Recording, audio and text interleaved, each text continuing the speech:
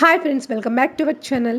గుండె నొప్పి ఒక్కసారిగా అనుకోకుండా రావచ్చు. అయినప్పటికీ అనేక సందర్భాల్లో మీ శరీరం గుండెపోటు వచ్చే లక్షణాలను చెబుతుంది.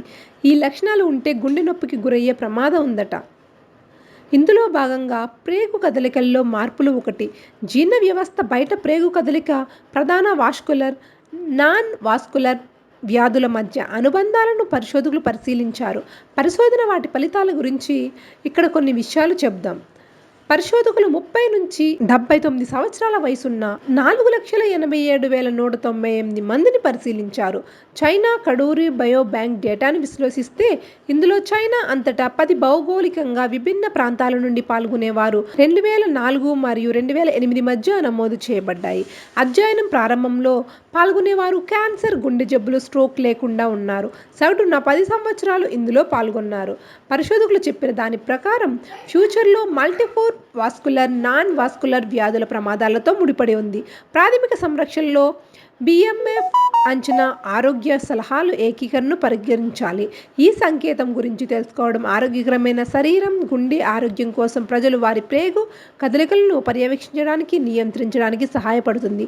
పైగా హృదయ సంబంధ వ్యాధులతో బాధపడుతున్న రోగులు మలబద్ధకంతో బాధపడుతున్నారని కూడా వీరు గమనించారు. హార్ట్ ఫెయిల్యూర్ ఉన్న వ్యక్తులు ద్రవ పదార్థాలు తీసుకోకపోవడం, నడవకపోవడం, వ్యాయామం చేయకపోవడం వంటివి తగ్గిపోవడం వల్ల మలబద్ధకం సమస్యలను ఎదుర్కొంటున్నారు. మందులు, ఆకలి లేకపోవడం, పీచు పదార్థాలు సరిగా తీసుకోకపోవడం, జీర్ణ వ్యవస్థకు రక్త ప్రసరణ తగ్గడం కూడా మలబద్ధానికి దారితీసే కారకాలు. ప్రతి ఒక్కరూ కూడా సాధారణ గుండెపోటు లక్షణాల గురించి తెలుసుకోవాలి. అవి మీకు ఉన్నట్లయితే వెంటనే డాక్టర్ని కన్సల్ట్ అవ్వాలి.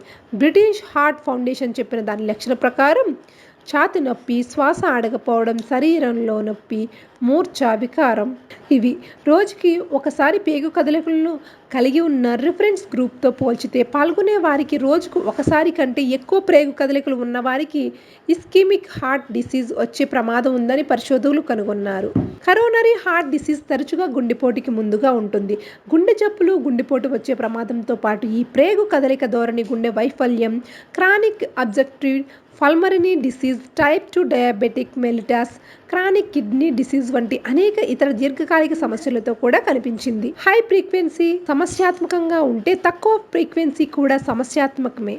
అత్యల్ప ప్రేగు కదలిక ఫ్రీక్వెన్సీ కూడా ఇస్కెమిక్ గుండె జబ్బులు, ఇస్కెమిక్ స్ట్రోక్, దీర్ఘకాలిక మూత్రపిండ వ్యాధి ప్రమాదాలతో ముడిపడి ఉందని పరిశోధకులు చెబుతున్నారు. ఓకే ఫ్రెండ్స్, విన్నారుగా. సో జాగ్రత్తగా ఉండండి. ఈ వీడియో మీకు నచ్చితే లైక్ చేయండి.